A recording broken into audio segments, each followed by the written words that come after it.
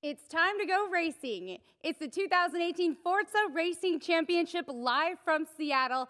I'm Kate Osborne, and the best of the best have gotten together today to earn their spot in the Series Playoff 1 and earn a chance to win part of the $250,000 prize pool. Now, in honor of it being IndyCar month, our tracks, we have IndyCars, and I'm pretty certain I have the best, if not the fastest seat in the house. So sit back, get comfortable, perhaps get your favorite energy drink, and enjoy the battles. It's our Series 1 Wednesday Showdown.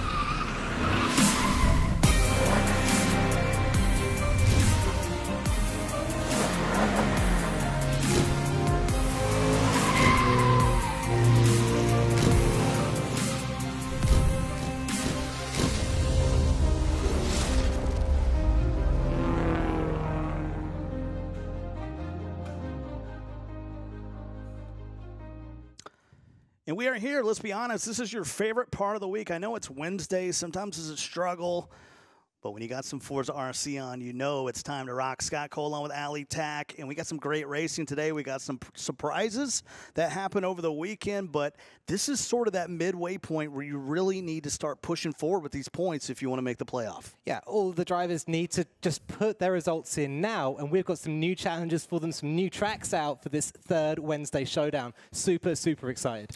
Well, they grind all week, and it is a tough grind out there, even to make it into this final 12. We caught up with Mellish to find out what happened this weekend in North America.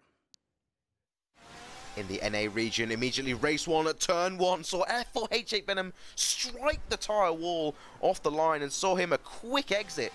Meanwhile, TX3 Lightning was being given such a hard time from AMS McQueen, and this was starting to test his patience. And as the pan boiled over between the two drivers, it was Lightning that bared the brunt of it, smashing in to the tyre wall just before the last corner.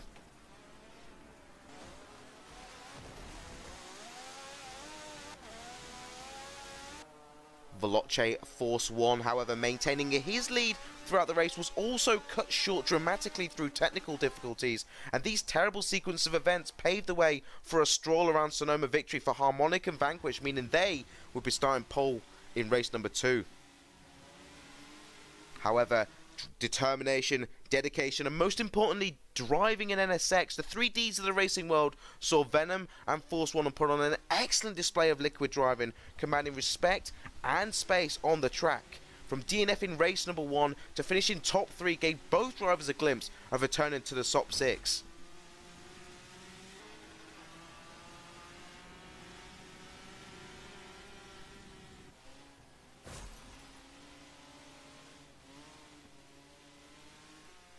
Not settled on the idea of sharing glory though, it would be Harmonic and Vanquish taking wins in race number 2.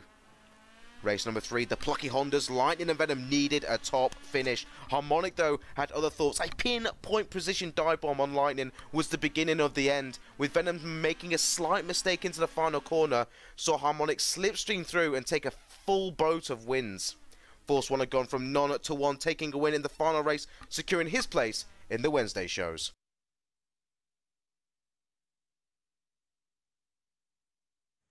So Harmonic looking pretty good there in North America, and I know we can't let that grid go by, that leaderboard, without you talking about Billy Sue in third. Yeah, Billy Sue, I mean, we're seeing a new side to him, right? Because he's picked up a penalty there in the semi-final races. So, yeah, Billy Sue, a little bit of a dark side here to our nice, like, shiny Spider-Man that we used to have. And it's good. And, of course, that'll happen later on today, those North American races. Force 1, we'll finally get to see him. But it's all about Europe here first. And we got some surprises, some really shocking results over the weekend. Once again, we caught up with Aaron Mellish about what happened this past week in Europe. Week number 3 saw the drivers back at Sonoma GP in the number 2 Chevrolet IndyCar, and what a stacked lobby this was, with Box getting a great start, successfully leading the way off pole position, heading under the bridge into turn 2. Rich 91 to the grey man was on fire, giving a desperate Lage a run for his money for most of the race, but was unable to cement that position, meaning Lage just finishing in the top half.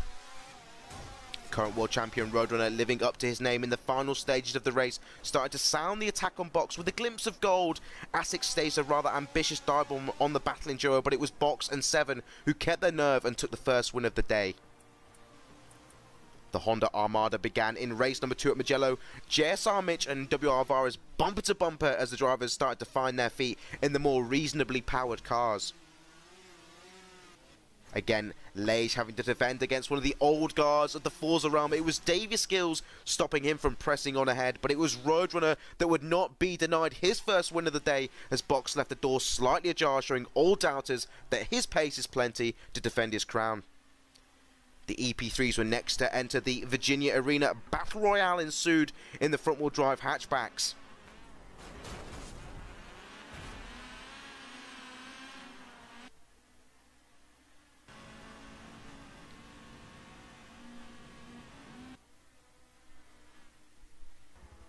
Rossi with a smooth "don't mind if I do, sir" up the inside of Roadrunner, going from V for VTEC to V for Victory, taking the final race win to cement his position in the Wednesday Showdown alongside Seven, making it 3 out of 3 for the Frenchman.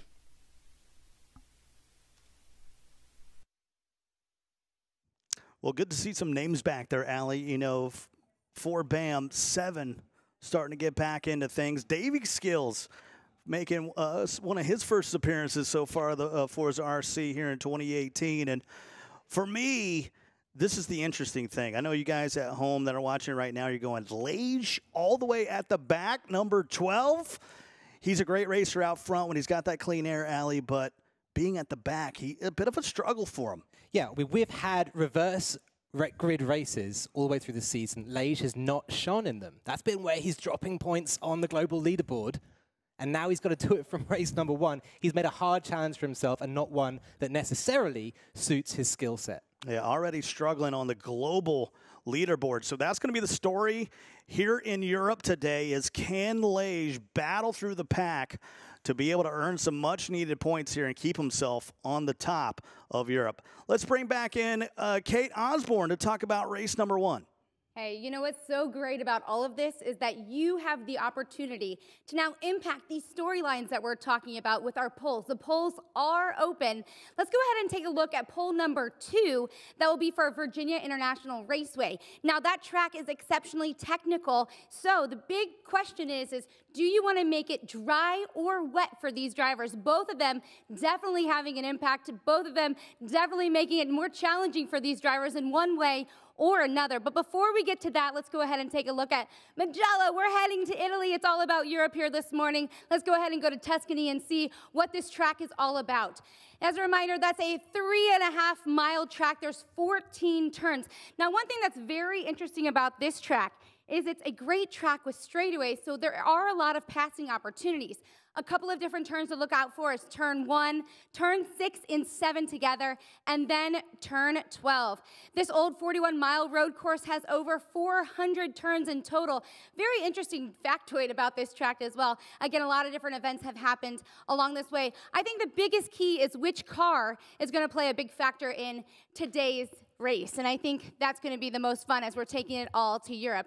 Well, at the poll number 1, the 2 options that we had going down today was 2 different cars. The 2 cars were that 2016 Chevy Camaro Super Sport or that 2005 Honda NSX-R. Now, obviously, one has a whole lot of power and one is more finesse. Which one did you pick to see these drivers ride along on this track? It was the, drum roll please, winner, the Chevy Camaro Super Sport. Now, as we said, that car has a whole lot of power. It's going to be really, really fantastic. However, not as much in the technical side of things. The finesse is not there. So we'll see how much of a challenge this is for those guys. Well, I demand a revote, Allie. We're going all the way over to Italy. It's not your Jello. It's Mugello. And I tell you what, I mean, we're taking an American muscle car out on a Italy technical finesse track. We wanted to take you all on a date. We said, it's your choice. It's your choice. We can go for a Michelin star, multi-course meal, delicious, or we'll just take you out to McDonald's. What do you like? What would you like? Would you like the Maccas? So yeah, I like the NSX. Well, we were talking to Brian Eckberg before we got onto the show, our community manager in Forza, and he said, let's be honest, this is actually going to give us some better racing if the community out there chooses the Camaro. So come on, I'm a JDM nerd, so I wanted to see the NSX. I know you love the NSX as well. But maybe he's right here. Maybe with this Super Sport, we are going to see some better racing in Italy. One of the massive differences between the Super Sport and the NSX is the suspension. The Super Sport's going to wallow around a lot more, a lot softer, a lot more like a road car in style, while the NSXR is, tuned for the Nordschleife. So it's this, it's basically a skateboard sitting there on the track, no suspension wobble, no body roll. So that's going to be a challenge for the drivers, especially on the way into corners. When we look at this track here, as we're a moment away from getting started on the first grid, Lage is starting all the way back at 12th. When you look at this track, now we know the car combination. What prediction do you have for Lage to be able to move up this grid that we're going to see right here? Yeah, you're so right bringing this up, Scott, because this suits Lage down to the ground. Lage likes an understeery car. He likes a car that's going to struggle to get the turn-in, the rotation happening from the front tires. And he's starting from the back in a car that's going to suit his driving style. Box right there in 5th. That's another guy you got to watch out for. Rossi and Roadrunner, though, starting to become really consistent on this European circuit. Yeah, Rossi especially, super important for him to come out and beat Mitch sitting there in 4th. That guy's been snapping at his heels all through the championship. JSR's hot new challenger, can he become the fastest racer in the team? Not yet, is what Rossi's saying. Yeah, really talented over there on that side. But for me, it's the drama. Last time we saw Lage on a reverse grid all the way in the back, it was on Watkins Glen. We were in those NASCARs. Now, maybe that's not his forte. Maybe that's not his track. But you're talking about regular cars on this Mugello track. He's got to prove, if you really want to be the best driver in the world out there, these are the moments that you got to prove it. Yeah, I mean, we Lage this, Lage that. We always talk about Lage, right? Bam 7, well done. You've done an incredible job getting pole position. And remember, Bam took a massive hit coming into this championship. They lost their fastest driver, what everyone would think of as their fastest driver, Asics. He went over to Vitality. That's true. And now Box maybe starting to pick up that mantle a little bit as the fastest driver in BAM.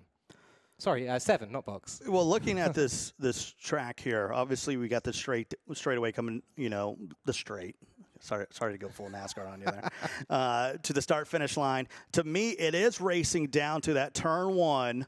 And then really, I know we highlighted turn 12, but coming off of 14, maintaining that speed, that's going to be the final turn there at Mugello. If you could come off that, hit the apex just right, you might have some passing opportunities when you come back to that start-finish line. Yeah, one of the things that everyone learns when they're driving on Forza Motorsport 7 is it's not necessarily faster to take all the speed going into a corner. It's all about going slow in, controlling the car, getting the power down early, and accelerating down the long straights. That's especially the case here at Mugello. So 455 horsepower in this Camaro Super Sport, rear-wheel drive. Who on that grid do you think this combination of the Camaro and the Mugello, who do you think that benefits right now? So one of the people it benefits is Lage, no doubt about that, because it's a car that suits his driving style more. Somebody who it conversely disadvantages, I think, is Roadrunner. Yeah, he's more of an LMP1 kind of guy. There you go, right? And he likes his cars a bit more wild. They're going to be all over the place. He's going to suffer here in a car that's going to feel very, very sedate when it's at its racing limit. Let's take a look at that grid one more time. This is race 1 here in the Wednesday Showdown. 7's going to be up front, Roadrunner and Rossi. That's going to be your top 3, but watch out for Mitch and Box. They're in that 4 and 5 position. And then we mentioned Lage all the way at the back.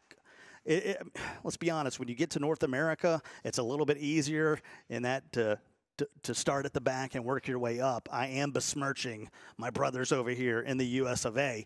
But that just speaks to the European, the talent over there when it comes to Forza RC. It is stacked from top to bottom to have someone as talented as Lage barely make it. I'm not even just saying he stopped in the back. He barely made it into our top 12. And that's what we have to remember here. We're not looking at the reverse grid race. This is the first race set up with the grid from the points from the semifinals. Lage doesn't have the pace this week. That's the assumption I have to make coming into this racing.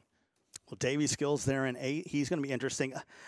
I want to give a quick shout out to that. In the number 9 position, Virus, been very consistent. You know, not at the top, not at the bottom. Just riding along proves that he is in that top 10 over in Europe. Yeah, I mean, one of the things Virus was super consistent at last week was throwing the punches. we had Brian over here on the desk, and he was talking to us about who Virus had knocked off in the previous race. Hopefully, I mean, everyone in the community knows Virus to be a really great driver. He's not that wild, and I think he was a little bit surprised with how he came across on camera as well. So we might see him dialing back that aggression just a little bit here in the 3rd week of the competition. Well, we're looking at the lobby here. All the players are loaded in, so that lets me know we're just a few minutes away from getting going here on Mugello. You guys still have the opportunity. We got some polls open right now. You can vote for which track conditions you want to see in race 2. And we'll be heading to one of my favorite tracks. It's going to be VIR. It's actually going to be the North Course.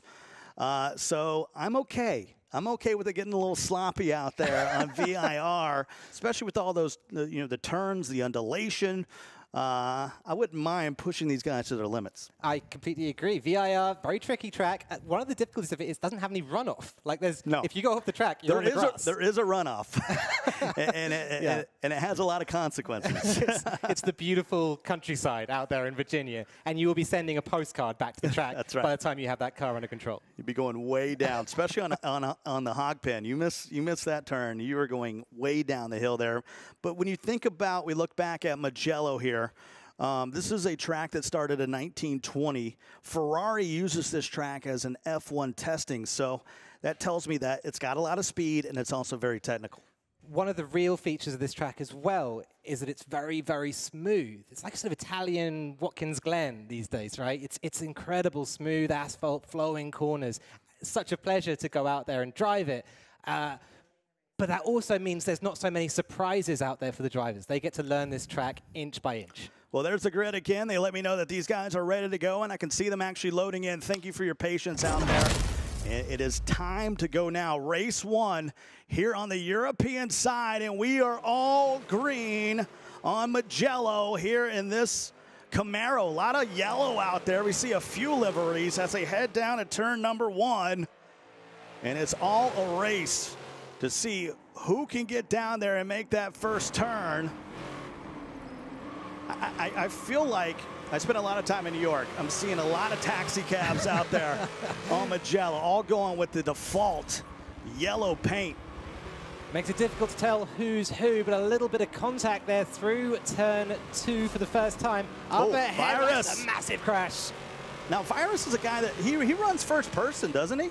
Virus runs cockpit, so he's going to be sitting there in-car view with the dashboard in front of him. That's how he's fastest out here on Forza. Really impressive. It's unbelievable. A lot of guys are in that same view that you see right now. So he's trying to hold on to 9th. 7's out front. Roadrunner here, 1 lap of 6. We mentioned it's 3.2 miles around there, 5.2 kilometers, 14 turns here on Mugello. As we make our way around the back side of the track, we talked about how turn 4 and 5 become very technical as you move down to turn 6, Casanova. You either love it or hate it, and Roadrunner's already off on the side, Allie. Massive crash there for Roadrunner. He was running so well at the front of this race. He was running 3rd place all the way through the first sector. I don't know how he ended up on the gravel like that. I wonder if he got a little bit of help from somebody else, because that's not a mistake we'd usually see from him. Had to happen in turn 8. Somehow we missed it. Maybe our guy in the back, Brian Ekberg, was able to see it. And of course, we'll be bringing him in throughout the day as Davey Skills run along in 7th. There's Roadrunner all the way in the back. Let's get back up in the pack as Roadrunner is well back. He's just on a Sunday drive through Tuscany right now. And that's allowed 7. Bam 7 up there in the lead of this race to extend a 200-foot gap between himself and 2nd place, JSR Rossi. Let's look at Roadrunner here. And man, trying to see if he's got any damage on that vehicle. Anything you see there? Looks pretty clean. Certainly, Roadrunner will be looking for damage on that car, but he's gotten away with it fine. We saw him hanging some drifts out there on the track. I think he's more fed up here than he is technically limited by the car. Definitely someone helping him out off the road, though. Well, we only got 2 set of eyes, so let's bring in our man down on the track, Brian Eckberg. What did you see, buddy? Yeah, we definitely saw contact for Roadrunner.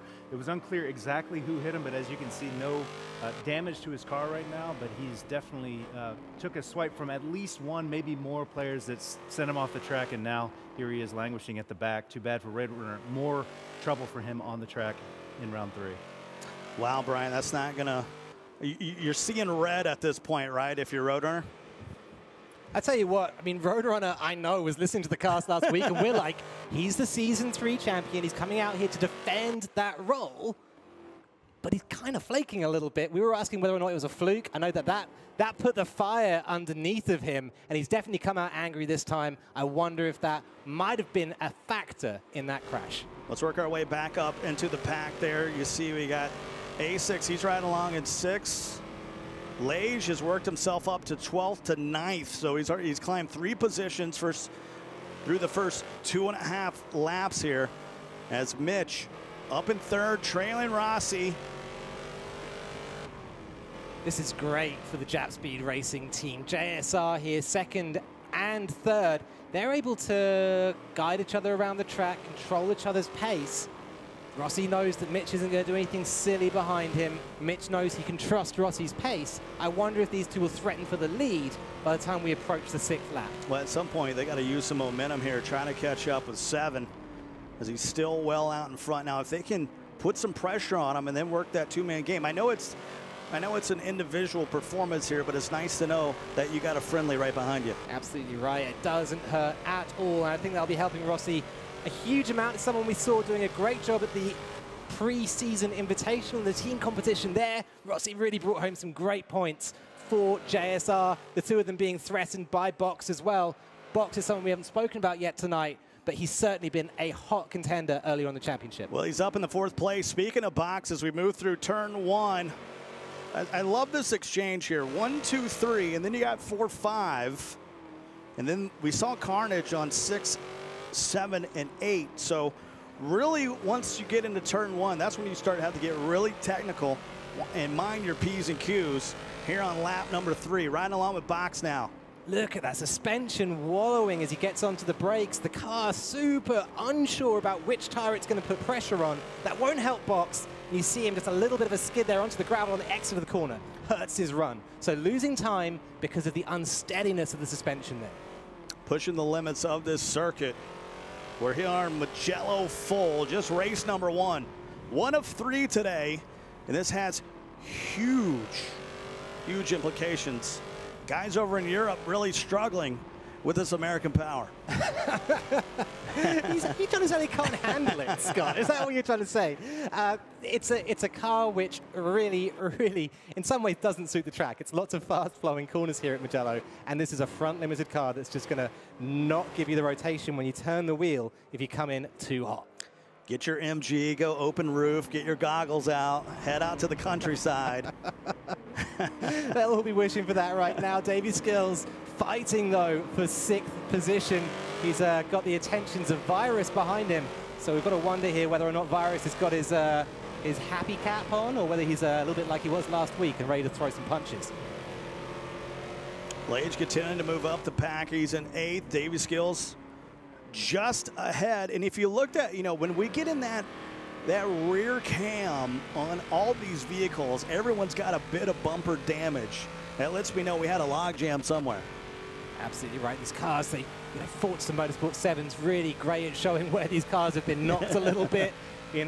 For the entire of the race, you'll be looking at a little scuff on your car if you're not careful at the start of a race. And that's certainly the case here for the car we're running on board with.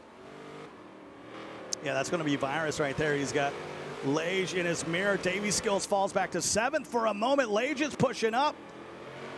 Looks like he's going to pass Davey Skills as he's going to drop back to 8th. So now Lage, who started off at 12th, he's in 7th position as we move around the backside of that track, negotiating turn 4 and 5. And that's a tall order for Virus in 6th place right now to hold off someone like Lage.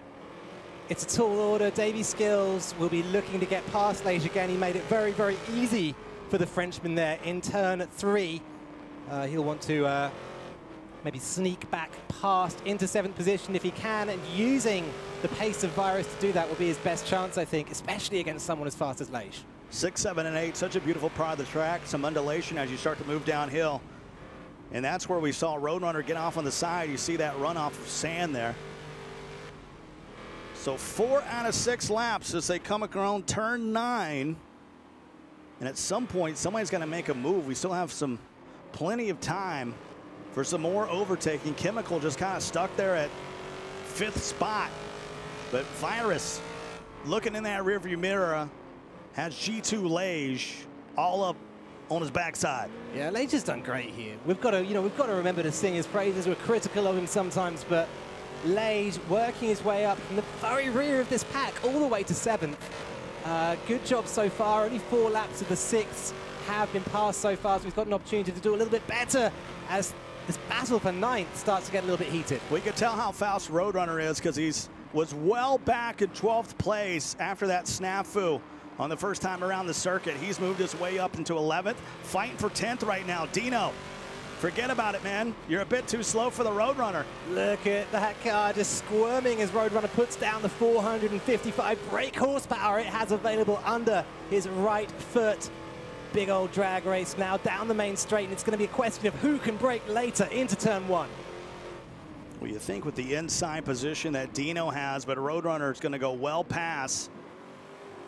ASIC in the way for Vitality, maybe providing Roadrunner a little space to work into that 10th spot, and he does. Excellent overtaking on turn 1 and 2 for Roadrunner, who started off at 2nd, dropped all the way back to 12th, but has grinded his way up. He knows every point matters.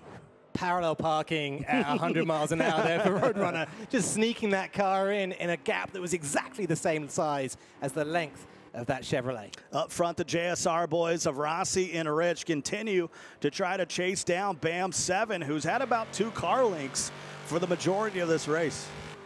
I love this camera view, watching from just in front of the cars as they go through the fast corners. You can see the suspension compressing on the outside there. It's really limiting these cars in terms of how much they can turn, and all that weight of the body pushing onto a single point of rubber and tarmac. You saw Chemical there with a bit of a tire spin. By the way, I just want to give a quick shout out to Bam. Really our guys that are running the top 3. Thanks for at least bringing a livery to the party here. If you go to Italy, you got to dress up, man. You can't go in and be basic. You got to be looking good around Magello. Yeah, they're looking their best while they're eating their hamburger in Italy. You got to remember that. We got Bam 7. He's done a great race, just running super controlled out there at the front. I think he's allowing a little bit of that cushion that he's maintained to Rossi to erode. Now we're getting towards the end of the race, maybe preferring consistency over lap time. Well, 7, the 23-year-old from France, looked really good in the semifinals for this week. 3 poles for him, 3 #1 finishes on the podium. And of course, if Box gets an opportunity to get along beside him, forget those guys. There's no love lost between 7 and Box, but right now, Box is still trailing behind this JSR sandwich. You've got to keep in mind, Box was right up there behind JSR Mitch earlier in this race. He hasn't had the pace to keep track with them. Dropping back a little bit. He'll have to try again next race, I think, because his chances, if this is his pace, are smoked. Well, we're here in the final lap. We're on the backside, turns 4 and 5. Coming up. And right now, the real drama, I think, is where is Lage going to finish here? Started at 12th. Can he climb up? I think he's still back in that 7th position. Virus just not letting him by, even though, as the kids would say, he's all up ons.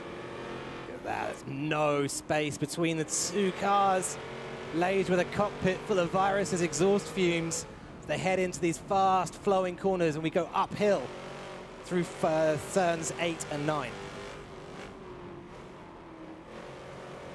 Just a bit of racing left here in race #1.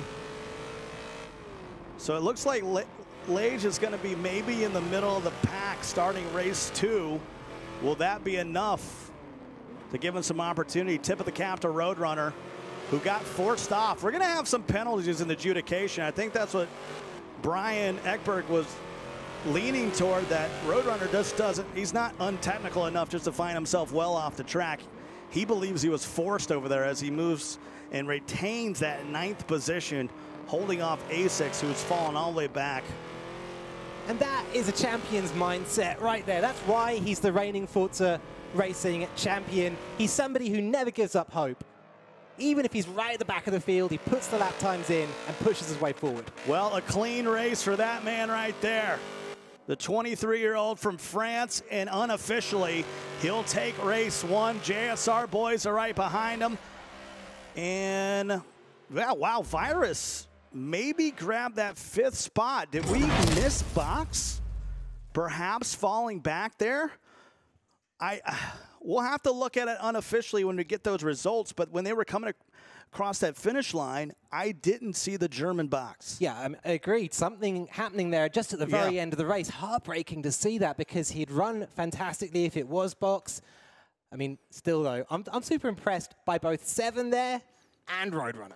Well, 7 was on the pole, never relinquished his spot. The JSR boys in Rossi and Mitch try to pressure him, try to work together to bring their momentum up. But when all is said and done, 7's just out there, got the satellite radio on, putting on some jams, and just really dominating this Mugello circuit. And how long has it been since we've seen 7, winning races like that? It's been a long old time, and it must be like riding a bicycle for him. Straight back in the saddle, straight back in first place, and able to just control the pace from the front. Well, let's take a look at these provisional results if we have them here, because I'm not sure it was a snafu or did Box actually fall back. So he is in 4th there. So we just saw when Box crossed that finish line, he just basically stopped racing at that point, just pulled off on the side, allowing some guys to come by. So Chemical holds on to 5th, Virus there in 6th. Lage does move up 5 spots into 7, and Roadrunner, even though he's forced off the track, we're hearing some rumors in the back that maybe there was no penalties, that he just didn't have room and found himself off in the sand.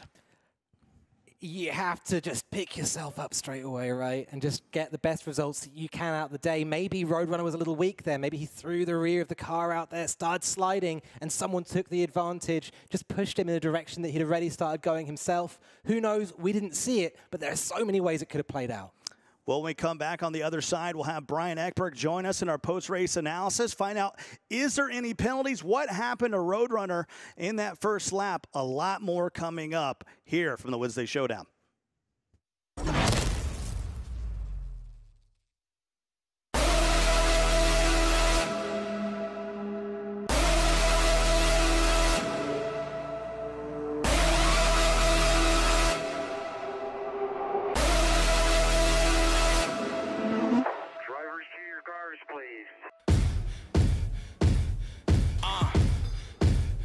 Sorry, not sorry. Time to get gnarly. 10 feet tall, bring on in the army. Remember the tribe, remember the name. Came from the side, ahead of the game. Yo, why you putting on your threads, boy? I'm wearing hair. Why you sleeping in the bed, man? I'm making next. No fear, I put it in high gear. You know that the champ's here. You ready to go here? Hey, push yourself, prove yourself, express yourself loud, defy limitations. On your outside, on your outside.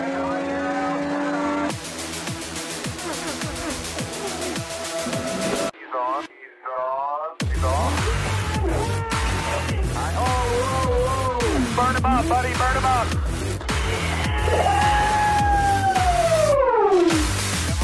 Somebody hit me. There, clear. Oh, still there. You put it.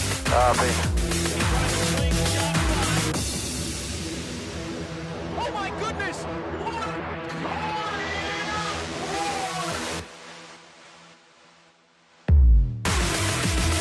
One looking outside. You're in the middle. IndyCar. Back to the front. The future starts now.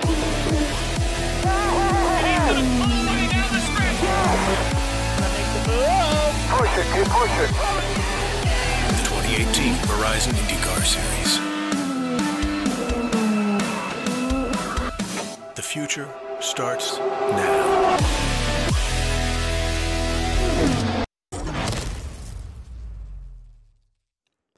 Well, it is Indy month, not only here in the Forza RC. We're going to be racing a little Indy later on. We'll be in IndyCar in Indianapolis, but that's race number 3. We still got our minds on race number 1. And when you think about this here, Allie, it's all going to come down to, was there a penalty involving Roadrunner? Yeah, exactly right. Roadrunner finding himself off the track. We didn't see it on camera. We don't know what's happened there, so it's going to be so important to find out how that action went down. Well, let's go over to the man that's got all the answers when it comes to these post-race analysis, the third member of our team, Brian Eckberg. What the heck happened in race 1? Well, this is one of those cases where we kind of stand corrected, because what I was saying in the middle of the race is it looked like contact, and that's exactly what we were thinking. Somebody from behind, maybe it was Virus, maybe it was somebody, tapped Roadrunner and sent him into a spin. But if we look at the replay, you can see clearly that it was actually driver error from Roadrunner himself. You can see he's coming off the curb, the long turn 8, and you can see it. Look at that. Just a classic case, Allie, of sim twitch off of the curb. We had no idea, but we actually spoke to adjudication folks as well, and they said no contact there, pure driver error on behalf of AMS Roadrunner. Yeah, and I mean, sim twitch is something where you turn the wheel in, the weight of the car compresses onto one wheel, and then as you turn the wheel to counter that, the weight of the car moves across the body, and you just end up with everything contriving to make that car spin. And so a little bit about soft suspension. You actually saw at one point, he actually tried to correct it by going into reverse. He was trying to correct it in the moment, trying desperately to stay on track. But as you can see, he ends up there in the dirt. And I think we're all really lucky here, and that's unfortunate with driver error from Roadrunner. But when you think about it, guys, we were lucky that the JSR boys didn't get taken out there, because Rossi and Mitch were coming right around the corner. Easily could have had a pile up there on turn 8. Yeah, it actually could have ruined both a bunch of people's races instead of Roadrunner. JSR guys got lucky there. Although I think we need to commend Roadrunner, because he was all the way back in 12th. He had a huge gap between 11th. Constant driving, focusing on his pace. He made up positions, and he didn't end up last, which for Roadrunner is probably all you can ask for at this point. Well, I mean, we didn't talk enough about it, but how dominant was 7 there? Well, for his team, Bam. Really started off at the pole position and made it just an easy drive here on a Wednesday. He made it look very easy, right? He made it look very easy, but we've seen Roadrunner going off the track in a very uncharacteristic way with, no help from anybody else. It just goes to show you how pervasive sim twitch can be. Even the best in the world can be taken out. But, Roadrunner, or 7, you pointed out, drove a really fast race. We were in the back on that last lap. We saw him twitch a little bit at one moment as well. We're like, is this going to happen? Is this really going to happen to 7? He's just going to throw it away? Luckily, he stayed in front of the JSR guys and took the win, but it can happen to anybody at any moment. In cars that have very soft suspensions, as you were saying, simulation steering can sometimes be a deadly combination. Well, this is so important right now when you're in this adjudication process, because that's how we line them up for the next race. If you're watching at home, you're going, what the heck is happening right now? I want to get back out on the track. I want to see more of this great racing in the Forza RC. Well, we have to figure out in the adjudication process, are there any penalties so we can line them up for race number 2? Let's take a look again about what happened this weekend because they raced throughout the entire week.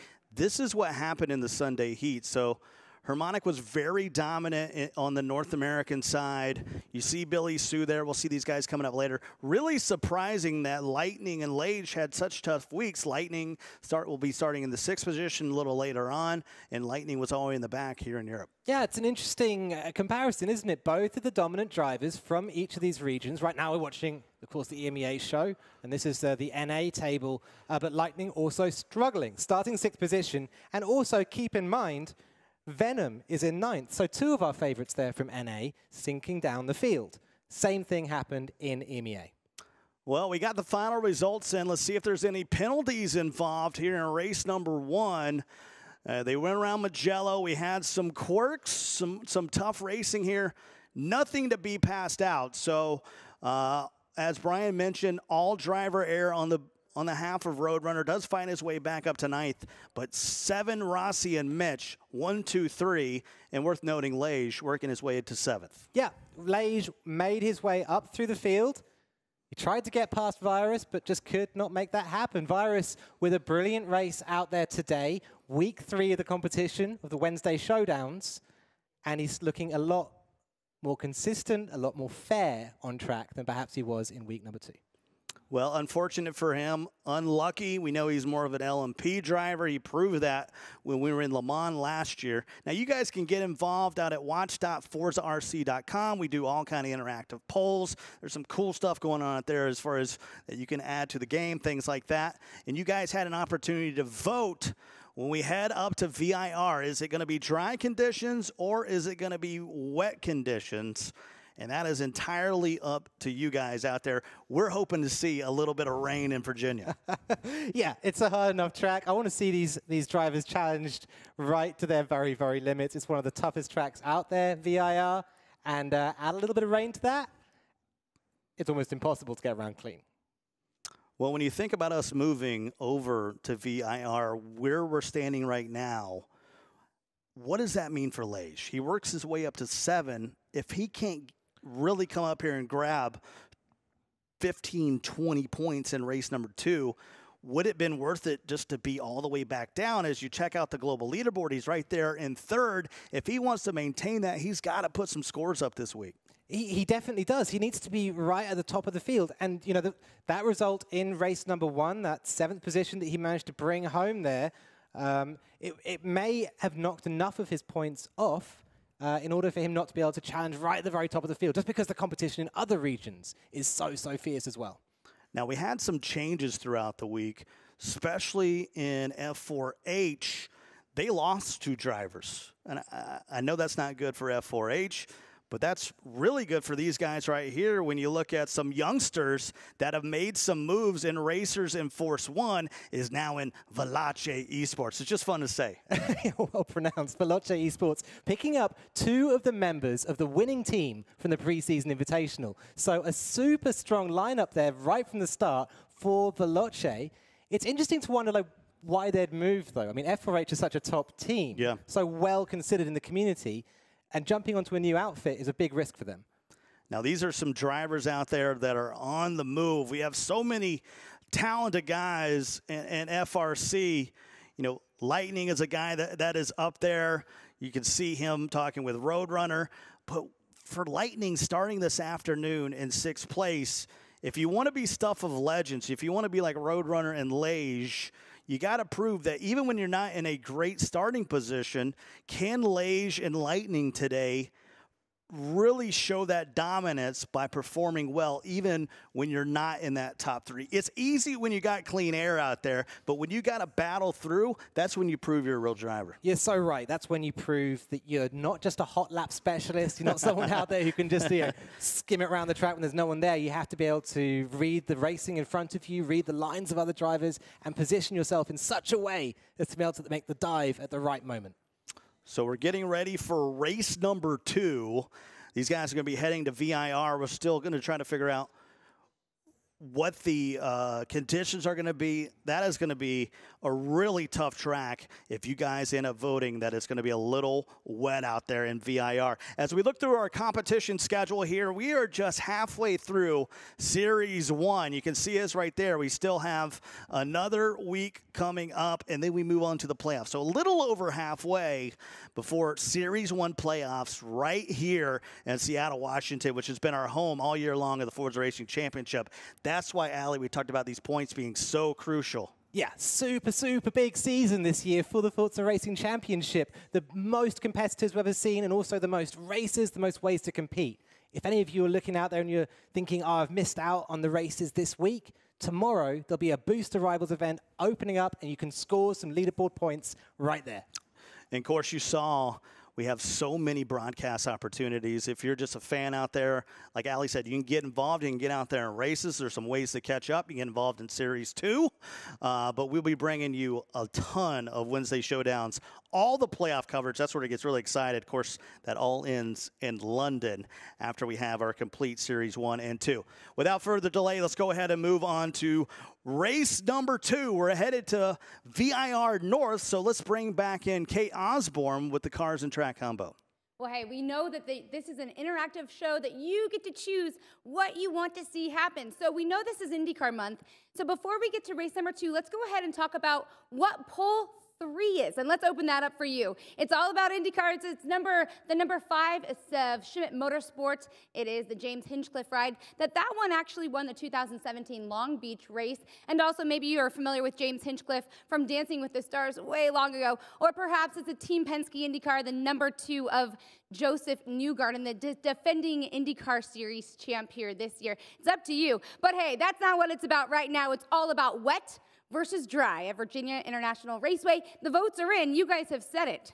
The big question is which one is it? And I think it's been said by the guys that this is one of those tracks that it's going to definitely play a big part if it's that wet conditions, which it happens to be the wet conditions. My goodness, I know you guys over there are excited to see the cars out on the track, and I know that I am as well. Let's go ahead and take a look at Virginia International Raceway here today. This is a course that is 17 turns. It's located in Alton, Virginia, but this is something to keep in mind. This track is so technical, high-speed S's. It's actually a funny thing to note. It's unofficial proving grounds for those big 3, but that turn 1 horseshoe, that is the cleanest overtaking opportunity. Turn 7 is uphill. Turn 17, that hog pen, it's the place to capitalize on the mistakes of others. Reminder, this is a 2 1/4 mile track. It's technical, there's limited passing, and all of this will be done in a 2004 Honda Civic. Now, something to note about that, this car is a beast. Really, it is. It was one of the hot hatches of the year. It has an engine and gearbox combo that gets better the harder and faster you drive it. There's sharp handling. There's huge amounts of grip. However, there is fairly low horsepower, so the momentum out of the corners is going to be huge. Gentlemen, what do you think is going to happen here today? Well, we're going to see some people get off on the side. That's all I can tell you. Kudos. You disappointed us with the Camaro choice on race number 1. We wanted to see the NSX. You know we did. But you come through in race number 2 with some wet conditions on VIR. And when it comes down to this race for me, Allie, it's really about turn 7. Once you start moving uphill, you know, instead of heading down to the oak tree, you got to turn right, go back uphill, and start rocking and rolling. We'll get your thoughts on that in a moment. Let's take a look at the grid. We'll have plenty of time to talk about this VIR track. So 7's going to be up front. Rossi, Mitch. We mentioned Lage down in 7th. And for me, it's can Lage and can Box push the envelope here? These are 2 of the fastest guys that we've had all season long. Can Virus get out of the way? Chemical get out of the way? And we really see these guys start to rock it out. I think all bets are off now, Scott. These cars are just pure racing. They're tough little hatchbacks. They'll go side by side. They'll rub shoulders with each other. It's not going to be about who's the fastest hot lapper or who's the quickest on around this certain amount of laps we're going to be racing out there. It's instead just going to be about who gets a little bit of luck, who manages to control the race, who's the best attacking defensive driver. This is pure racing we're seeing here, and I don't think that Lage or Box or these big names necessarily have any kind of advantage when you've got a front-wheel drive hatchback on a wet track. So we have some, still waiting on the lobby here, waiting on one more driver to get in there. Interesting thing out on social media, we saw a tweet come in from Box after that first race. He's just happy that Mugello is over. So that lets me know that he's fine with that number 4 position. That sounds like a tweet that says, hey, I'm just happy that I didn't pull a Roadrunner. Am I okay to say that? Yeah, I mean, he survived. He survived the race, and that was a tough track. You know, the car was so not suited to it, and we saw that with Roadrunner's mistake, you know, leaning on that front left and just flicking the car around. So easy to do, just as easy for all the other drivers to have made a mistake just like it.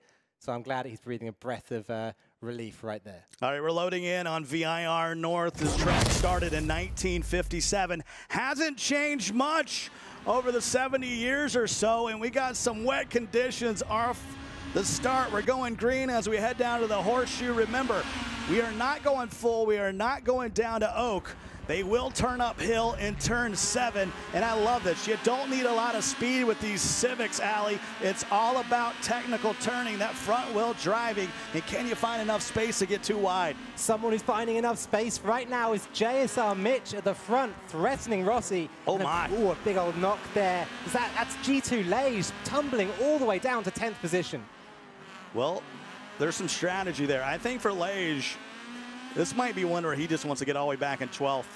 Wait for the reverse grid after that little snafu on lap number 1 of 8 here on VIR, one of my favorite tracks. And you mentioned Mitch was pushing out there, but 7 able to come back and take control. But you're going to see these JSR boys of Mitch and Rossi really start to push. We're in race 2. On the European side, North America coming up late, but here in this first lap, we're already seeing some drama. A little lightning, little rain. Here comes the rain. Look how sloppy 7's line looks compared to Mitch's. Mitch hooked on every apex, not leaving an inch of tarmac or curb left unused, whereas 7 is always a meter away from the apex, always looking a little bit slower there. Mitch has the pace here, looking at the first lap. Boy, VIR looking awfully ominous here in lap 1. And that's the question is, we don't know how wet it's going to get. Is it going to be a light drizzle, or we could have a monsoon coming through Alton, Virginia? That's what we don't know as they start to work themselves back to the start-finish line here on lap 1 of 8. We talked about turn 1. We talked about turn 7. Can you survive the roller coaster? Can you survive the hog pen, especially with someone getting on your inside line? Driving line right here in lap number 2 is going to be very important as Lage trying to push back into that 9th position. Yeah, 2 Frenchmen out there on track right now. Lage and Asics fighting it out over 9th position. I thought Asics was going to get the inside run there out of turn 1, but Lage just using a little bit of that alien pace that he gets from somewhere and pulling away. Asics finished 3rd, 4th, and 4th over the weekend. But here in lap 2, it is all Honda right now, front wheel driving. Conditions haven't set in yet. We talked about the ominous feel. You know it's coming. Can you grab, a firm hold on a position before the precipitation starts to fall here in Virginia? You're absolutely right, and that's going to change so many things for the drivers when it starts to get a little bit moist out there on track. The braking zones are going to be guesswork. How much grip is the car going to deliver at the mid-corner? It's going to be guesswork. It's going to be the driver who's most able to adapt to that change, who's going to be the fastest out there. Rossi up to 2nd position. Well, Mitch has fallen back to 3rd. Chemical in 5th. Virus in 6th. You see Lage there in 9th as the back of the pack comes all the way back through. This is the northern circuit at VIR, and there's no better turn than turn 7. We'll talk about that a lot as they head back through that. Coming around the hog pen, back up to the front. Straight here, looking at coming up on lap 3 of 8. I've been calling for VIR all season long. We saw it at the Invitational. It's back here in the 4th round. Just to give an indication of the different speeds of these cars that we're testing these drivers with, look at what 80 feet looks like right now between 7 and Rossi. That was 200 feet last race, and it looked closer. Lap 3 of 8. The drama right now is, can Lage push up? You're riding along with Box, who just happy to be out of Italy, back stateside. Boy, got to be careful with that braking coming through this part of the track. See a lot of 2nd gear here. These things are pushing out some noise out the backside, going to 4th gear, working their way up to 90. You talked about that short side. And we saw a little bit at the beginning, so let's bring Brian in here. Davey Skills, Lage, what the heck's going on? Well, you can see this right now that Lage got by Asics. Asics put up some sort of a fight, but now here comes Lage on Davey Skills. Lage is doing a 1:44.1 lap time. Sorry, Davey Skills a 1:44.1 compared to Lage's 1:43.7. So you can see it's just a matter of time at this point before Lage takes out another one in Davey Skills and maybe more ahead of him. Appreciate it, Brian. You could be the best in the world and run those hot laps, but when you put 11 other drivers out there with you as the rain starts to come down. So you're going to see some mist coming off the tires here. And you got to find that grip, as Ali said, when you start to think about those braking zones. Do you have enough space? Can you keep the momentum? Those are the questions that are going through the drivers' minds as we head down to turn 1 here in lap 4. You're so right. You're so right. I'm glad we're jumping up now to the leading pack as well. As Rossi gets it all wrong into turn 1. Big old mistake there on the brakes. Off on the side, front-wheel drive, doesn't matter. Got wide and couldn't make the correction, and now he's in the middle of the pack. Chemical trying to pass him. Lage all the way up in 6 now. So 7, Mitch, Box, Rossi off the side, and he falls all the way back to 7th. That's where he ends up, right behind Lage. So Davey Skills in 5th, Lage in 6th, and Rossi, after that error, he's all the way back into 7th. Big mistake from Rossi. It's guesswork, Scott. It's all guesswork. These drivers out there having to adapt to the rain falling on the track. They've learnt the lines in the dry. They've learnt their braking points. Remember, they don't have a racing line out there. They haven't got anything to tell them when to slow down. They have to learn this as they're going, as the track changes throughout the progression of this race. Halfway through this northern circuit here at Virginia International Raceway. I know they're Hondas. I know it's only 212 horsepower in these front-wheel drive cars. But this is what it's all about when you're in the Forza RC. I know you got other racing championships out there. You're driving the same thing time in and time out. But when you have a game that has around 800 plus cars, you better know how to drive all of them, because you never know which 3 are coming up. Roadrunner looking at the cork in the bottle here. 4th place. Everyone wants to get past him. He might get a little bit of help coming off the track there if he's going to slow them down too much. That said, he is an absolute animal in front-wheel drive cars. He's proved it before in community racing. He's out there now trying to prove it on the world stage. Lap 5 now as we head back down to the horseshoe. This 1, 2, 3. Boy, that NASCAR bin, the reason they call that is because there's been some NASCAR greats come around that T3. It hasn't ended up well for them. I'm looking up the road right now. I'm happy to watch this scrap for 4th position, but there is a fight for the lead of this race, and that is JSR Mitch up against Bam 7. I want to see those two. Right now, Mitch is piling on the pressure. Well, you ask and you'll receive. He's right in the rearview mirror of 7, who's been our leader since the jump. Had a great weekend.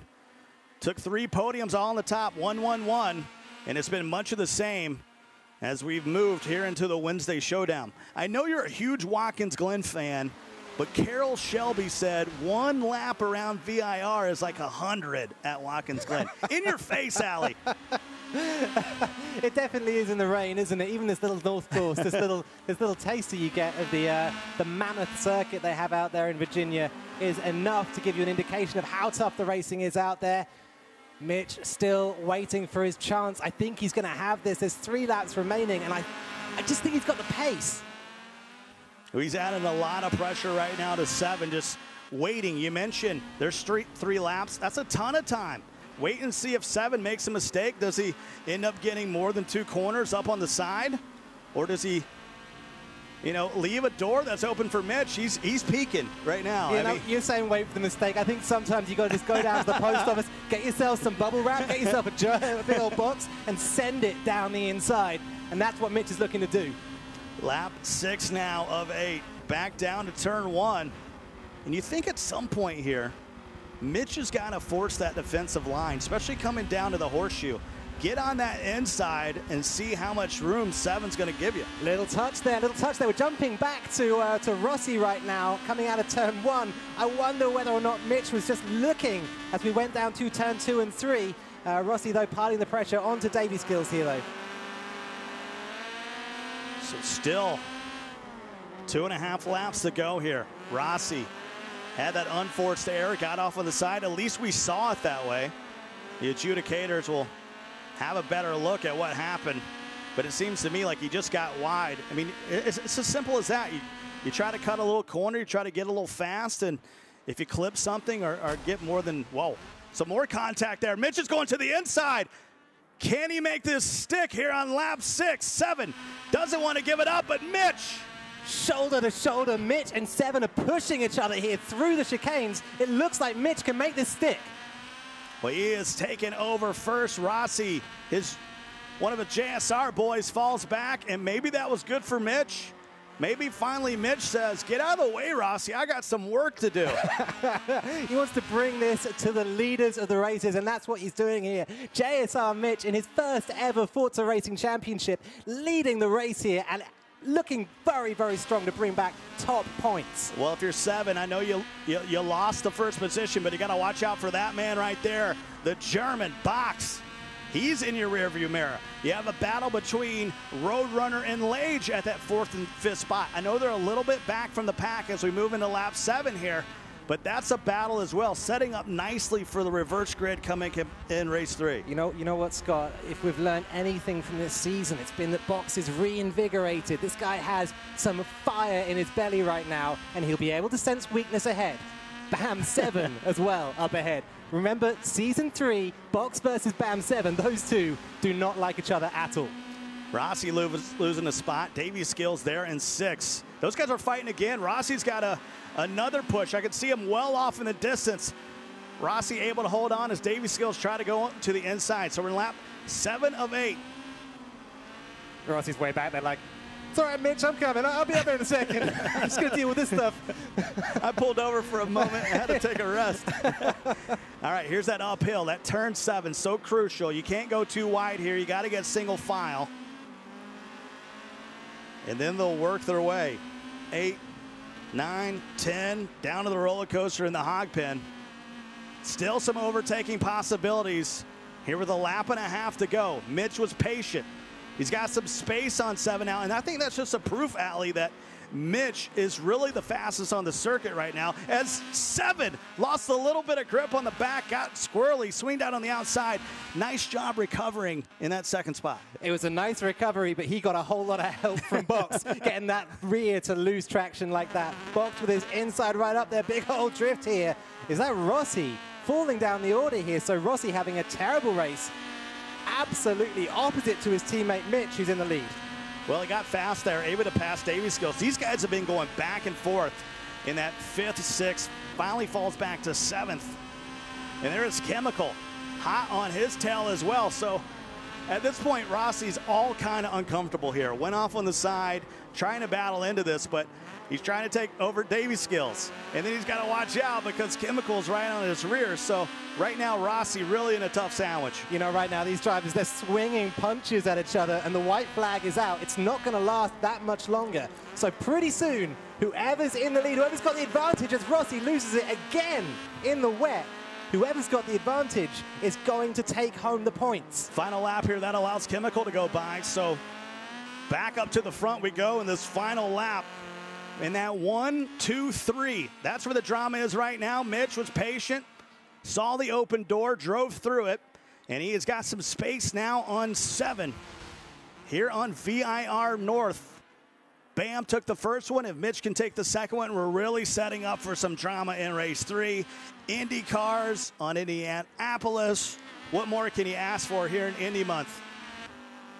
What a drive from Mitch. Brilliant. And look how confident he is through the S's here. He's not steering round a 50-pence coin. He's not jerking the steering in. One smooth movement all the way through the corner and powering out. That's so difficult to do, especially in these front-wheel drive cars. Well, we've seen some catch-up now. Roadrunner starting to close the gap. He's got Lage right behind him. So Mitch, 7, Box, Roadrunner, Lage. That's your top 5 running right now on this final lap.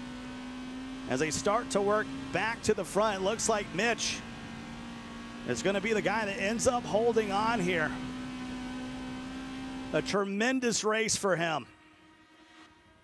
That move, Scott. Such commitment. Brilliant move up the inside of 7 through the uphill. Well, VIR, that's why I love it. That's why it's one of my favorite tracks in all of ForzaRC. And we welcome Kate Osborne now to the desk as we wait for those provisional results.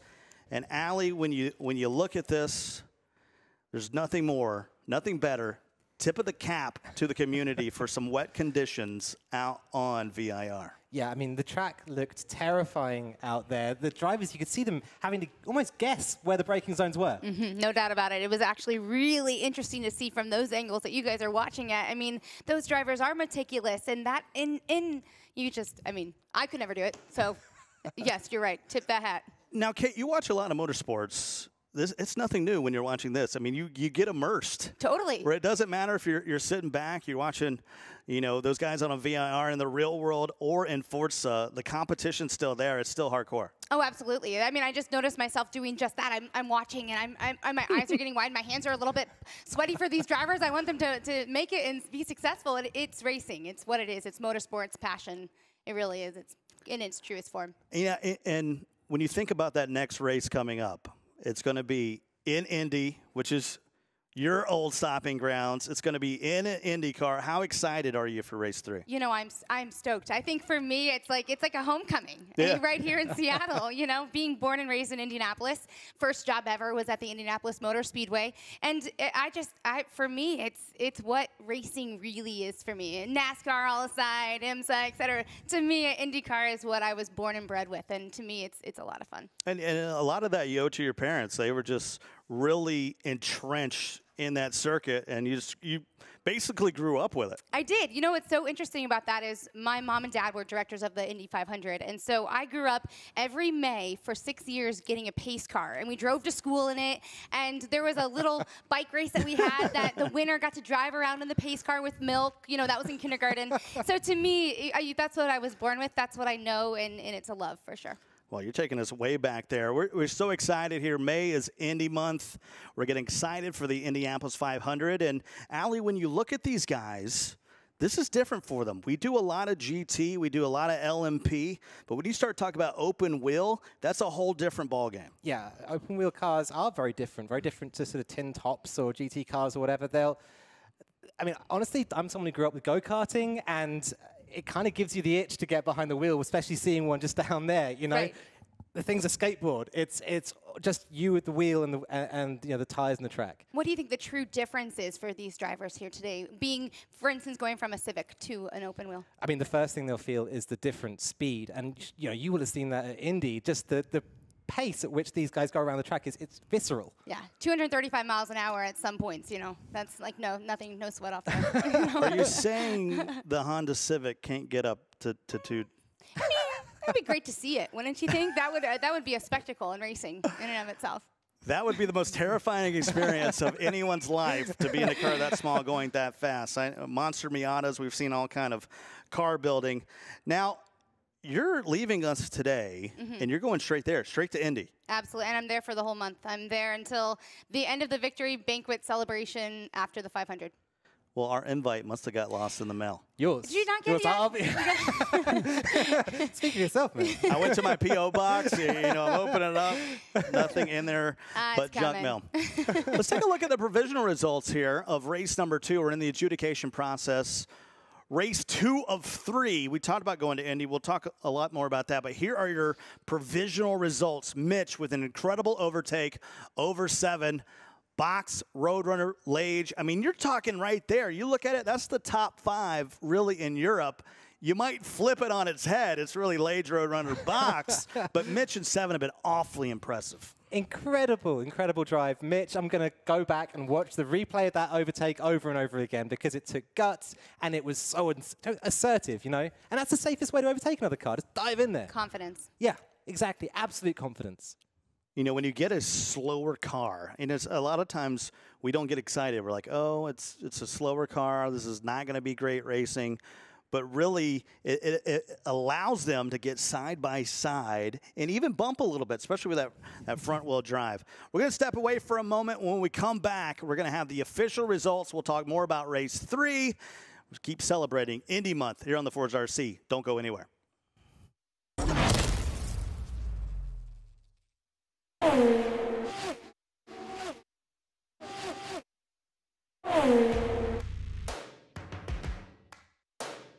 First things first, I'ma say all the words inside my head. I'm fired up and tired of the way that things have been. Drivers, start your engine.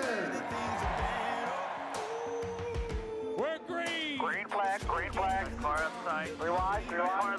outside. Good job. Clear by 1. TK takes the lead. Power is all the way back now in 11th. Scott Dixon all of a sudden struggling for speed. They ran him out of fuel. Fernando Alonso making a move. Oh, we got a pulling away. Oh my goodness! One car airborne! That's big. It's going to be red flag. Green flag waves. Rossi trying to slingshot 5. It's Takuma Sato leading in Indianapolis. Look out, that's trouble! There we go. Into the wall. That was a wrong move. Yellows breed yellows. Better make it to the drive. Elio passed a couple cars before the green. Defending winner didn't waste any time to jump to the lead. Graham Rahal Still there. almost in the grass. Clear. Every lap, Alonso was learning something. Outside, clear. One car around it is Buddy Lazier. Here comes Fernando Alonso. He's in an Indy. Clear. All of a sudden, one of those engines goes out. We see it. Chilton sees the car of Kimball to his high side. Clear behind. Oh, they're going to go 5 wide. Oh, Alonso's motor blew. Oh, trouble! Into the wall. Elio Castroneves is taking the lead in the Indy 500. Clear. Great job. Sato is one of those drivers that is fearless. Not 10, Helios. What's yours? Sato goes side by side with Castroneves to the high side of the start-finish line. Win checkers out. History will be made as Takuma Sato goes to victory lane. He wins the 101st running of the Indianapolis 500-mile race. Awesome. Unbelievable feeling.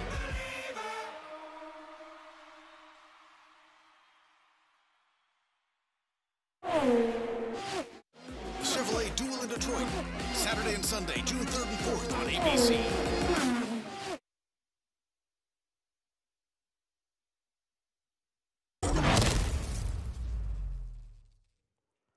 And welcome back to downtown Seattle, Washington, here in the good old US of A. USA. You okay with that? No? Oh, we're going to Indianapolis next, right? So you got to have a little bit of that in you. Today we had biscuits for the first time, real biscuits in America. They're not real biscuits. They're not. There's nothing. Not cookies in a tin or anything like that. Great racing in race number 2. The drama continues. And let's bring in Brian Eckberg to talk about race 2 and what this could have to hold for race 3. You know, we're so used to seeing the two JSR guys right together, Mitch and Rossi, right together in a race, second, third. And they haven't won a race yet, but until today. But we wanted to take a look at exactly what happened to the JSRs today, because it's really a tale of two JSRs. So if we go back to the replay here, we're going to see Rossi really struggling, working really hard here, but going off here. A simple case of outbraking himself, getting off into that grass, which is nearly impossible to get back on the track anyway. And really fighting for it, but you see him making these mistakes. Look at, he's trying to get back onto the track as fast as possible, but he goes down from second place into, I believe it was 7th place, so a huge mistake for him. You can see all these cars taking advantage of that. And here he is, you know, he's trying to make things happen with Davey Skills here, he's working hard. He realizes he made that mistake. We saw him doing that earlier, saying he admitted that he made that mistake. But boy, when you get in the middle of that pack, there's so much competition, it's difficult to make that stick. Yeah, out in chat, he even admitted, made a stupid mistake. But for me, I meant it when we were during the race. I know we're in the heat of the moment, but I said, once Rossi got out of the way, no longer does Mitch have to play nice. Right. He could just set his sights on 7, and he did so. He was patient. He waited for that open door and then really forced his way through. Yeah, and you saw that pass right there from Mitch overtaking the BAM 7. So really, we're so used to seeing the JSR brothers together, spread apart. One bad news and good news for the JSR team. We've seen Rossi out there with great pace before, fighting maybe for 3rd, 4th position on track. And the thing that's always held him back is his inability to throw a move in there, just send it. We've seen Mitch do that now. Do you think Mitch is the more complete driver? We're really seeing a different side of Mitch here. Just as you said, Rossi is one of those guys that values cleanliness almost over anything. Even in that move he was attempting to make on Davis Skills, very polite, side to side, but nothing too exactly doff the old cap to Davis Skills there. But yes, here's an opportunity for Mitch maybe to get in the spotlight and show who's the real star of JSR. Excellent stuff, Brian. Let's take a look at the official results. Brought to you by our fine folks at Playseat and Plantronics Rig Series, which I use at home now. When they give you the hookup, man, you got to rock it out. That's all I'm saying. Mitch, 7, Box, Roadrunner, Lays, show no penalties here. even though we've had some altercations, maybe some self-inflicted wounds, still no penalties. Tip of the cap to Mitch, but we have a heck of a reverse grid that's about to come up.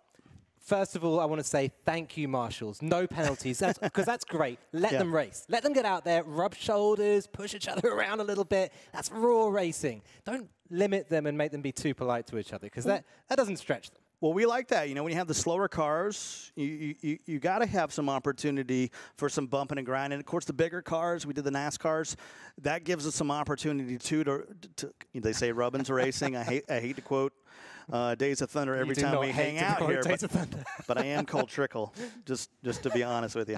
So that sets up an interesting race 3. We're going to go open wheel. We're going to go to Indy. We're not going around the oval, obviously. We're going to work through. Kate Osborne's going to give us a lot more of that. But when you look at this here, we're going to go reverse grid, and you have some absolute juggernauts at the back of this starting grid. The question is, can they work together and not against each other to move up to the front? No. In a word, these cars are too fast, and the racing is going to be too close and intense between these very, very fast drivers in order for anyone to have any control over the action. It's going to be a little bit of a dice roll this time out, Scott, just because if someone crashes in front of you, there's very little time to react. Does Virus excel here? He's one of our only guys out there in the community that uses that cockpit view. Do you think that helps when you're talking open wheel, or does that hinder him? Is the third-person back view maybe an easier to see what kind of spacing you actually have? The reason the pros usually use that third-person view, the chase cam, as it's called, is because it gives more vertical lift than any other camera. Corners, see space. Exactly. You can see it all the way across the road to the apex at the far side, judge your speed in, judge your speed out of the corner. Virus is going to be right down there. You know, his bum is going to be just over the top of the asphalt bumping around. He's going to be in the action. It would definitely make my heart pound, I'll put it that way, to be in that view for this race. Well, we've done a lot of voting today, and we just got a vote in that says they want you to stop talking, and they want to hear more from Kate Osborne. Kate, what do you got for us in race 3? Oh, I don't know if that's necessarily true, but I'll take it away nonetheless. Hey, we're heading to my hometown, and I couldn't be more excited. Kicking off the month of May with the Grand Prix in Indianapolis. Now, this track is something special. Obviously, the Indianapolis Motor Speedway is known for its various reasons, but I'll tell you what, this one is something special. It's going around the Brickyard, which actually, by the way, it's a golf course there in the middle of the track. It's a 13-turn, 2.6-mile track with, of course, different kinds of events that have run there. Now, a couple of turns to look out for. Turn 6, deep, slow, flat left-hand hairpin. Turn 8, that high difficulty, but overtaking can't happen there. And, of course, turn 13, it's a banked right turn. Now, that is something to take away, but really the big question is which car will you be driving? Will it be the defending IndyCar Series champ Joseph Newgarden, or perhaps you're sticking with that Honda theme with James Hinchcliffe? And the votes are in, my friends, and only by a short little bit of a mountain. That's surprising, actually. We're going with the Schmidt-Peterson Motorsport car, the number 5 of James Hinchcliffe. Again, Honda versus Chevy, we're sticking with it. This car is something special. It won the 2017 Long Beach Grand Prix. This is one that we're going to see running around here today. Gentlemen, who's going to take it away? What do you think? I'm not trying to say your vote doesn't matter when it comes to cars on this one, but your vote doesn't matter. You're actually just voting which car are you more of a fan of? You want to stick it to the Chevrolet and the Penske crew, or are you a Honda guy? And they went with the Honda. Yeah, cool. You know, I agree. The cars are very, very similar. These are sort of racing cars. They're homologated, so they all have very similar performance. And the other teams dress them up in different ways. They give them different pretty liveries. So you can choose your paint. This is just like we did with the NASCAR on Watkins Glen. Really doesn't matter which NASCAR you picked. They're all the same. I know there's some superstitions out there in the community that's like, oh, of course, if you pick this one, it's a little bit better. Not true, but sure. But how much on this desk, you know, you're up here every week with me, Scott, how much on this desk do we talk about superstition? Do we talk about mindset? You know, being in control of that stuff and being on top of your game is so much about believing in the car that you're sitting in and your ability to drive it. So if it changes anything there, then it's making a real effort, a real difference. So if the car's the same, then let's talk about the track. This track opened in 1909. It's been reconfigured over 9,000 times. Yes, I'm close, right? Correct, yeah, exactly. Over 9,000 is over 9,000. I think that's the technical. They have tried it every which way, haven't they, on the infield of this track? This is the Grand Prix circuit, of course, the most up-to-date one. We're not going to drive the whole of the rear banking, for those of you who get a little bit confused between the different layouts at Indy. Instead, you dive in towards the pit section and then back out again just before the start-finish. So this is going to be a fast track. There are some technical places. There are some overtaking opportunities as well, and I think that's going to be big with a lot of these guys starting in the back on this reverse grid. We take the first 2 races, we flip it on its head, and that just really from an esports perspective is fun for us, number one. Number 2, that gives some opportunity for some folks that have been running in the back all day. Let's take a look at this grid right here as we move into race number 3. We are IndyCar. We are at the Brickyard, and so you're going to have Asics at the top, Dino, Zermatt, those guys have been running virtually slow all day. What you want to look at is from the bottom up. 7, he's been dominant. Mitch with a great win there. Box, Rossi, Roadrunner. And then you have Lage behind Chemical. So Lage at this point, this has been a nightmare for him because I talked about this strategy. If he couldn't move up, is it worth it? Is it worth it to finish in the middle of the pack all day? Or to fall back and just say, I'm going to put all my eggs in that final race. He didn't do that, which is great from a competition standpoint, but now he's got to move up 5, 6 spots to really get some chance to grab some points. Before I talk about Lage, I just want to, I mean, how much salt did they put in your biscuit this morning? That was pretty savage talking about Dino and Zermatt up there. They've raced okay. They haven't done their best job, but they've raced okay. Lage, yeah, the worst of both worlds, if you like. You start at the back. He hasn't moved up far enough to get the full advantage of the reverse grid, and now he's starting from the middle. So a tough race here for G2 Lage. I'm actually excited and sort of confused that Zermatt was even 3rd. I thought he was definitely going to be on the pole, and here we go. Indianapolis 500 around the Brickyard. Won't have time to play golf. Especially, it's hard to get a tee time when you got these guys racing around Indianapolis Motor Speedway. It's going to be 12 laps. It's going to be fast, and we're going to have a lot of overtaking. And I'm guaranteeing it because we saw it on the weekend. We are going to see some carnage. We are going to see some collisions here. You can already hear a couple sounds.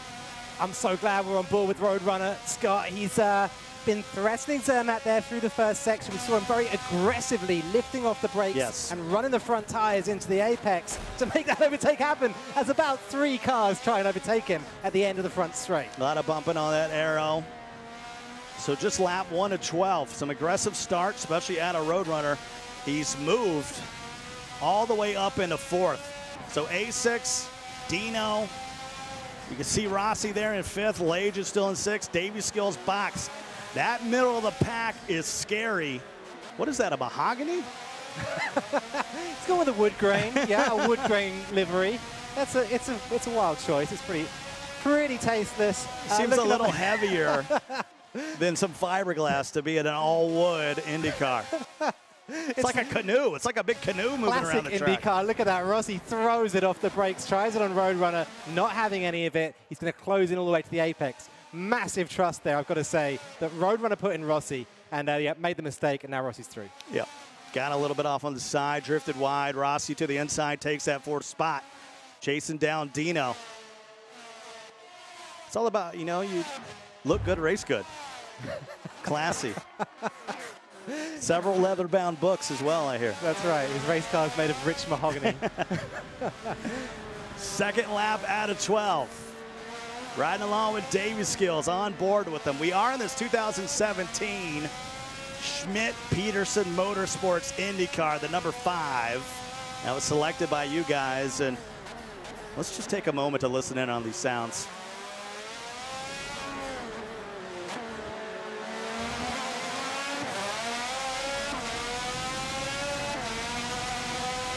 Just lap 2 of 12. We're seeing a little bit of wheel spin out there early, Allie. No traction control for any of these drivers. They have 680 brake horsepower under their right foot, their right finger. They're racing on controllers. That's a lot of sensitivity required. You can see Roadrunner suffering, and that's a surprise because Roadrunner usually is very, very fast in very fast cars. Yeah, the LMP a little bit different here with the open wheel. Trying to settle in here to Indianapolis Motor Speedway. We are on the Grand Prix circuit there as they negotiate the complex of 8, 9, 10. And we're riding on board here with G2 Lage. And remember, Lage is someone who has a little bit of an open story with Roadrunner. Those two coming into contact at the end of Season 3, and Lage is going to send it there. That's what I'm talking about. That's an expensive lawnmower he's driving. And so Roadrunner trying to hold off Lage. Davey Skills right behind in that 7th position. And I'm telling you, 12 laps is not going to be enough. They normally run 85 in the real world.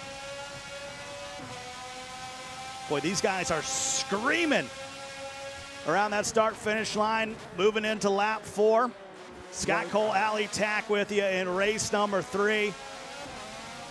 And what a move by the inside. That's Rossi continuing to climb up through the grid. He's in 3rd now. Lage is in 4th. Following Rossi through there. Brilliant double pass for both of those drivers. It's Asics falling 2 positions back alongside Roadrunner. We're on board here with Asics. Looking forward as Dino throws one. A little bit brave there with the definition of the track, but throws it up the inside nonetheless. It falls back just a little bit. 12 laps in total here in race number 3. We're just on the European side of things. North America coming up tonight, 6 p.m. here out west, 9 on the east coast of the US of A. And we know our European viewers will be staying up late to see if Lightning in that 6th position can rock and roll. But focusing here on race 3 as Dino's fallen way back. Box hasn't had a good run, but Rossi and Lage continuing to move up our grid here with just 3 spots between them and maybe grabbing 20 points here on race number 3. On board with TPR Box, running in 7th. Just behind him is Dino, and I believe behind Dino, Bam 7 in 9th position. Remember, it's Bam 7 and JSR Mitch, both 1 win and 1 second place apiece after races 1 and 2. So those two are looking to win the week, and right now, 7 is winning that. Rossi into 2nd now. Lage into 3rd. More wheel spin, more contact. By the way, tip of the cap, great choice to celebrate IndyCar month here in the month of May for us to get screaming here in Indianapolis. Absolutely awesome machines, aren't there? I had the pleasure of seeing some similar machines. I'm not sure if it was these ones exactly around Rockingham Circuit in the UK one time, and that is a real spectacle. I'd love to go to the Indy 500 one day.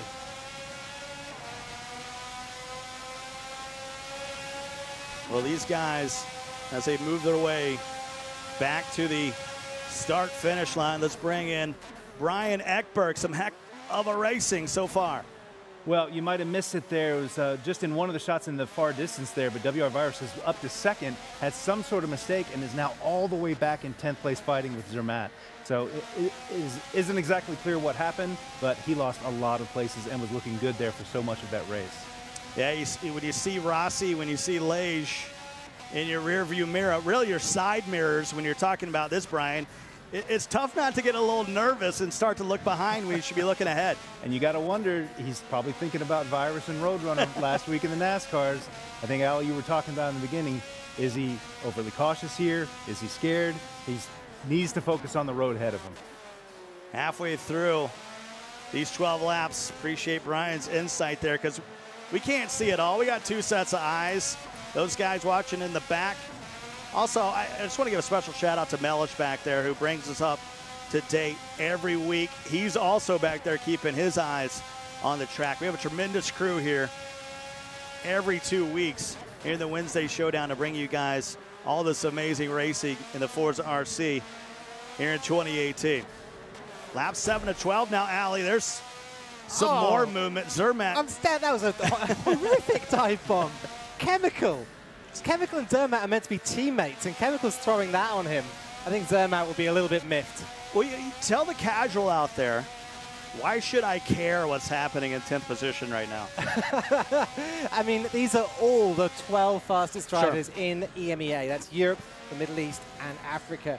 And every single one of them is fighting for championship points, which are going to see them climbing the Forza Racing Championship 2018 Global Leaderboard. That's going to show who's the fastest in the world. It's also going to show us who wins the lion's share of $250,000. Well, Lage just moves up into second right now. Roadrunner behind him. So at some point, Rossi got a little squirrely there. Mitch all the way back in 8th. They're riding along right now with Lage in lap 7 of 12. They're coming back to the start-finish line to begin lap number 8. So A6 out in front, trying to hold on here. Lage has moved up into second. Roadrunner is third. And the question is can A6 close the door on Lage? He's trying his best. But when the big blue machine gets behind you, the palms on the controller get a little sweaty, Ali. ASICS and Lage have been racing against each other for so long is the problem. Two of the fastest drivers in France. I don't know if ASICS has it in his head to beat Lage. Lage has been ahead of him so many times. And Lage for himself here, you know, just looking for like a little bit of chocolate in a very, very healthy yogurt of an afternoon. Not a lot of reward for Lage's efforts this week. Yeah, both these guys, 23 years old from France, battling out in the 8th lap here. Look at that. Wow. Lage touching the rear of ASICS, sliding way off the track. That's going to have to be looked at. But such fine margins. It tells you the smallness of the impact there. It tells you how absolutely on the limit these IndyCars are every single time these drivers get behind the wheel. Well, he was all the way up front, and now he's dropped clearly back into the middle of the pack here. And as though Lage has moved up 7 spots, it looked like he was the one that forced that contact. And here comes Roadrunner to the inside. Roadrunner, he'll be remembering shades of Le Mans when a very similar thing happened to him by Lage in a very fast car again. He'll be looking forward thinking, yeah, I know the feeling, ASICS. I know how that feels. Lage, a defensive line here as we head into lap 9 of 12. Now, it is open wheel, but it's not old school open wheel where you could really get locked up wheel to wheel. The chassis of the car does protect a little bit of that, but you can get some tire-on-tire collision there, especially with the aero. We got some knocks in the back now as Rossi trying to negotiate, but Davey's skills, just like that, fighting for that 3rd position, going too wide into the corner. Lage still up front. Roadrunner hot on his tail right now. Roadrunner's gonna go to the inside. Lage and Roadrunner battling. Davey's skills forces Rossi off to the side. Box comes through on the 4th. As we come back to the start-finish line, lap 10, engage. Smoke as both of the drivers fighting for the lead of this race try and get that 680 horsepower onto the asphalt. They're still side by side. Lage and Roadrunner fighting like crazy for the lead. Roadrunner able to finally take over that top spot. Knocks in the back. That was Rossi. It's getting crazy out here. Let's bring Brian back in. Wow. What's happening between Roadrunner and Lage has major implications for both these guys because into race 3, they're both tied with 13 points apiece. So the guy who comes out on top here is going to finish on top of the leaderboard, in their respective positions. This means everything to these two guys. Well, when you talk about Roadrunner, not only has he got the clean air right now, but maybe he's got the clean conscience, Brian, because it looked like Lage certainly forced A6 off to the side. Yeah, I know the adjudication guys are looking at that. That's too bad for ASICS. You got to feel bad for him. He had such a clear win. He's got so much pace to start from the front and then all the way back to 11th. It's really tragic for him. You got to feel bad. That shows how the skill gap in Europe, especially when you get down to these 12, is razor thin. You can get a guy that really didn't perform well all day, was running through the first 8-9 laps out front, but Lage just continued to push the envelope. So I think, and I'm not an adjudicator, and mostly the things I say don't have any merit, but when you look at this, maybe Roadrunner is going to hold on here, and we might have a penalty for Lage, who's the top driver currently in Europe.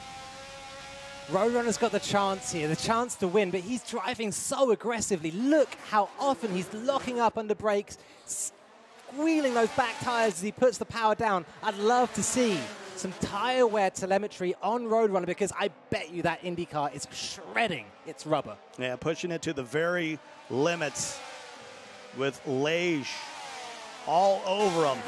We're coming up on this final lap as they negotiate some of these final turns. Box has worked his way up as well. He's quietly climbed through our grid. He's in 4th. There's Davey Skills still in 3rd. And this is the final lap, Ali. The drama right now is, will Lage be able to hold on to the 2nd position? Not only on the track, but when we come to the adjudication process. Final lap, Roadrunner extremely fast right now. The racing's been so good in these Indy cars that I've completely forgotten about the story of the event today. And that's, of course, been the battle between Seven and Mitch. We'll check that on the ticker when it comes along. For now, though, this battle for the lead, Box, Davey Skills, Lage, and Roadrunner, all of them going hammer and tong to fight for that victory. Mitch has been able to move up 5 spots. He's now in 6th. 7 all the way in the back. So right now, the tip of the cap, if this hold up, is staying with Mitch. He's had some help. I call them the JSR boys. Brian calls them the JSR brothers. Nevertheless, when you break it down, these teams have been really strong. Whew. Pure speed right now. And so Roadrunner unofficially will hold on here. Lage was in 2nd.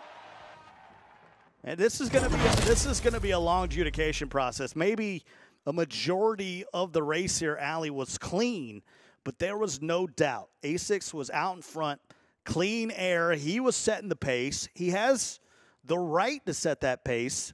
Lage pushed up on him, forced him off on the side, and dropped him about 8 spots. Absolutely spun out, didn't he? It looked an awful lot like Lage pushed him out. A very, very similar incident to the one we saw at the end of Season 3 there with Lage threatening Roadrunner. So there's still this lingering concern for me about Lage's ability to race wheel to wheel. And that affects his driving, because he looks so invincible sometimes, right?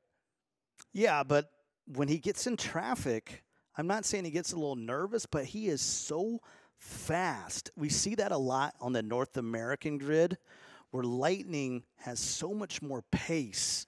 And it might be minuscule, but when you talk about cars that are going 200+ miles an hour, just the tiniest contact can really wreck your whole day. I think the thing it comes back to here in racing, in motorsport, is the trust that's required between one driver who's chasing somebody and the person in front. You have to trust the person in front to get on the throttle at the perfect moment so that you can do it behind, and to brake at the latest possible opportunity so that you can brake at the latest possible opportunity. If you can't trust them, if you don't have that feeling, then you're going to start knocking into each other on the way into corners, on the way out of corners. What do you do, though, when you just know you're faster? Because we had a reverse grid, right? So A6 gets pushed to the back, so he gets the pole position here on the final race of the day, and you just know from the trend throughout the day, he is just not as fast as the rest of the field. Let's take a look at the provisional results here of race 3. The adjudicators are going to have their work cut out for him. So Lage will be in 2nd. Roadrunner up front with a nice overtake late. I didn't see anything from Roadrunner that has any question mark, but that 2nd place finish of Lage, I don't think is going to stick. I've got to agree, Scott. Asics back there in 9th position. That's a shame from him. For some reason, I thought I saw his livery up there in 4th, but maybe Box had a similar paint on. So, yeah, Asics finishing 9th didn't deserve that. He deserved to take a spot on the podium there. I don't know if he would have held out for the win. Well, we talked about, we had a big battle here between Mitch and Bam 7. Say that 3 times fast. And so you had 7 come out, get the first podium, take first position. Mitch battled Sam on, let's keep saying Sam, Bam 7 on VIR. And so these guys are 1-2. But really it was Mitch climbing up the grid while 7 kept falling back. It's harder to overtake than it is to hold a position. What Mitch did on race number 2 says to me that he this week has been the faster driver than 7, and that is confirmed in race number 3, with Mitch getting a better result from the back of the grid. At the same time, I think we did see 7 move up a little bit there, and so, yeah, he could have had some bad luck befoul him because he ended up in 12th, I think. And really, when you talk about the JSR guys, isn't that the difference between both of them? We talk about maybe one of the weaknesses for Rossi is that he isn't aggressive enough, right, as far as overtaking. But we've seen that from Mitch, that he has that strength to overtake. Really nice racing today from him. But there's a lot of drama out there, Brian, as we bring you back in.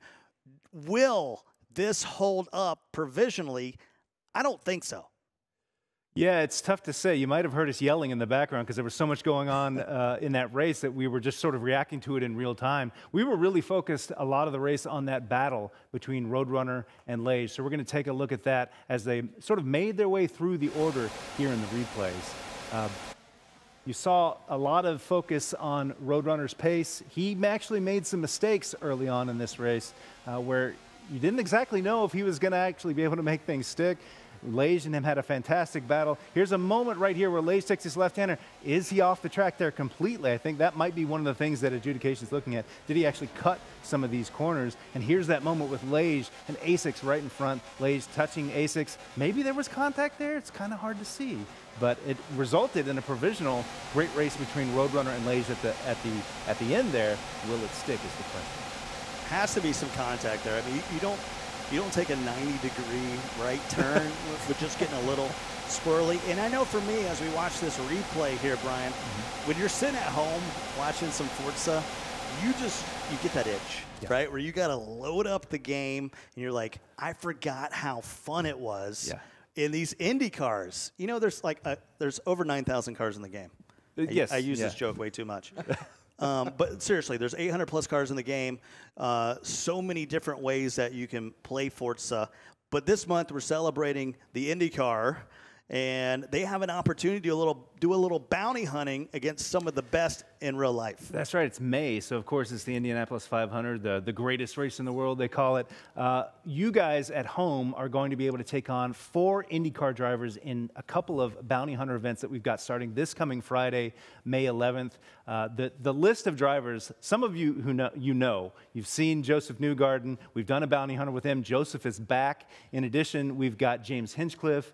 We've got Connor Daly. You guys are going to be able to take on their times in 2 rivals events that we've got. We've got great prizes for those guys, but you'll be racing some of the fastest oval drivers in the world. It's going to be fantastic. Sign me up for that. That's right. I need more open wheel, man. It's been so fun. We had NASCAR 2 weeks ago. Now we get some IndyCar here. For more on IndyCar, I mean, it's been our guest throughout the entire day. We haven't talked enough about it. Let's go back over to Kate with this beautiful machine.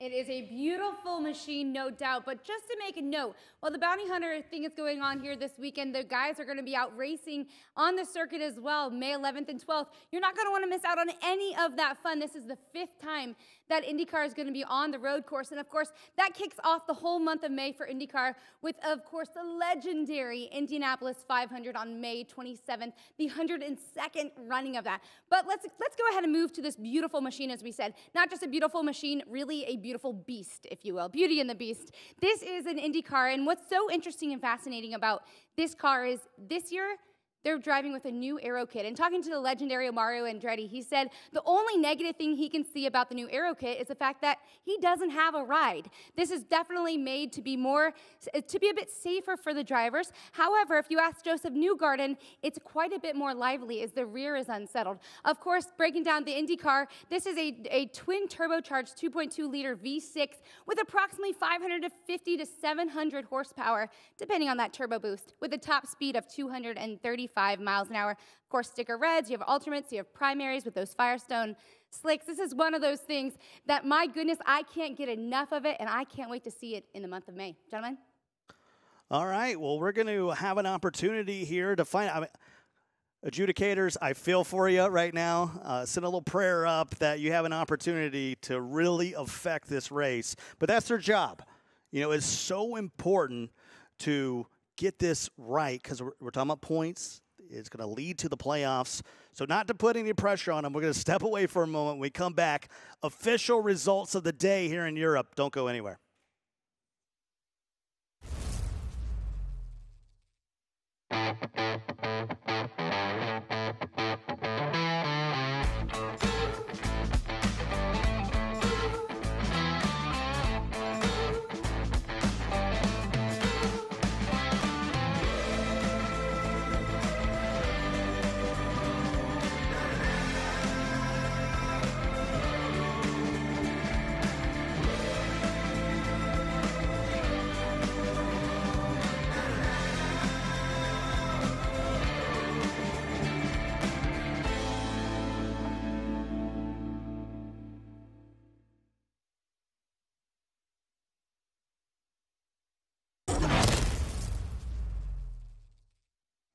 And welcome back into Seattle, Washington. It has been an amazing day thus far here from the US of A, watching some European racing, still waiting for Asia, Africa get involved here. But that just tells you the stack of talent that's in Europe is scary. I mean, the amount of guys out there that miss the cut in Europe is astonishing, and these really are the best of the best. They are the best of the best. We have to acknowledge that, you know, this week we had a semis pack that was, they really had a group of death in the semis. You know, that could have been the final group. That lobby was absolute. I mean, there's words I want to say that I won't say.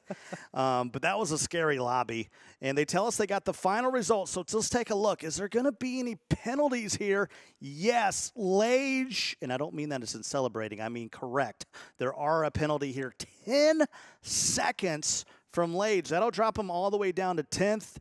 A6 will still not be okay with that as he finishes 8th, but Roadrunner grinded it out, got the win here on race 3. An incredible job by our former champ. Roadrunner straight out this week and proving that he's still one of the fastest in the world. Remember, he overtook Lage on pure pace there. Just went straight by him. Great move that happened. Lage, yeah, a clumsy move from him. I think threatening the rear of Asics's car in a way that he'll look back on as not being particularly wise. 10-second penalty, though, shows you how close the pack is, all the way from 2nd down to 9th or 10th. Yeah, I mean, this is tough because we started out on Mugello. When you're in the Camaro, it's cool. You just go ahead and, give me a little light tap. We'll be fine. You're in the Civic. Hey, give me a little tap. We're fine. When we're going 200 and we're negotiating some fast turns, no touch. No touching. It's like being at a museum. No. Stand back behind the rope, enjoy the show, enjoy the beauty, but don't get up my tailpipe, yo. And that's one of the cool things we do here in the Forza Racing Championship, right? We take a whole load of incredible drivers and we just dump them into different styles of motorsport. We've seen some, some very fast road cars out there at Mugello, some hot hatchbacks getting all uppity with each other around VIR. And as you say, when you start getting into high downforce single-seater races, you need to drive in a very different way than you would in other types of car. We talked about how Roadrunner loves the LMP. He loves the faster cars out on the track, rewarded with a podium finish there. Let's take a look at the overall results as they stand right now. And it's going to be Mitch on top with 40 points. 7 is going to fall down to 2nd, just 5 behind. And look at Box, Roadrunner, Rossi, just really consistent racing, especially from Box. Just middle of the pack, collect your points, and move on. Yes, Mitch. I just want to say yes. Well done, Mitch. Comes into the Forza Racing Championship. He's killed it in some community leagues out there recently. Joined JSR just earlier this year and out there winning a round of the Forza Racing Championship. That's the top of this game. That's the very pinnacle. So get in, Mitch. Go on. Well, we are rocking it out on the Wednesday Showdown. Europe is in the book. We got a lot more competition coming up. If you're a new viewer, you're like, what the heck is going on here? We are in Series 1 of 2 series. It's all battling down to the playoffs on June 16th and 17th. That's here in Seattle where we are right now. Be heading to Mexico City at the end of September. So, Allie, let these guys know out here. If you haven't got involved in Series 1, still a ton of opportunity in Series 2. We haven't even given away 50% of the points in this championship yet. There's so many opportunities to take part and score points in the Forza Racing Championship 2018. Just tomorrow, we're going to be starting a booster Rivals event. You can head on over on Forza Motorsport 7 in the Rivals tab and take part there, get your first points on the board, or top them up a little bit if you've already got some. I like that. I like when you look at the community right there and you're like, no, I'm talking to you. You get out there and do some racing, my friend. Make me proud. We got North America coming up at 9 p.m. Eastern, 6 out here on the West Coast. What are we looking forward to? Lightning starts mid-pack, Venom starts mid-pack, and that old hand, Obi-Wan up there in the lead, it's harmonic. I think another key here is what Force One is going to do. We're going to obviously take some time because that was incredible 3 races. I actually might go back and rewatch it right now. That's how good that was over in Europe. A lot of drama, a lot of great racing. Obviously want to thank our crew. We'll be back a little later on. Our fine folks at Plantronics with their rig series, play seat, and of course being a part of this May to remember as far as it comes to IndyCars. We're celebrating Indy 500. A lot more racing coming up tonight, Allie. North America, can you show out? Can you make me proud? You're going to have to find out a little later. We'll see you guys here in a few hours from Seattle.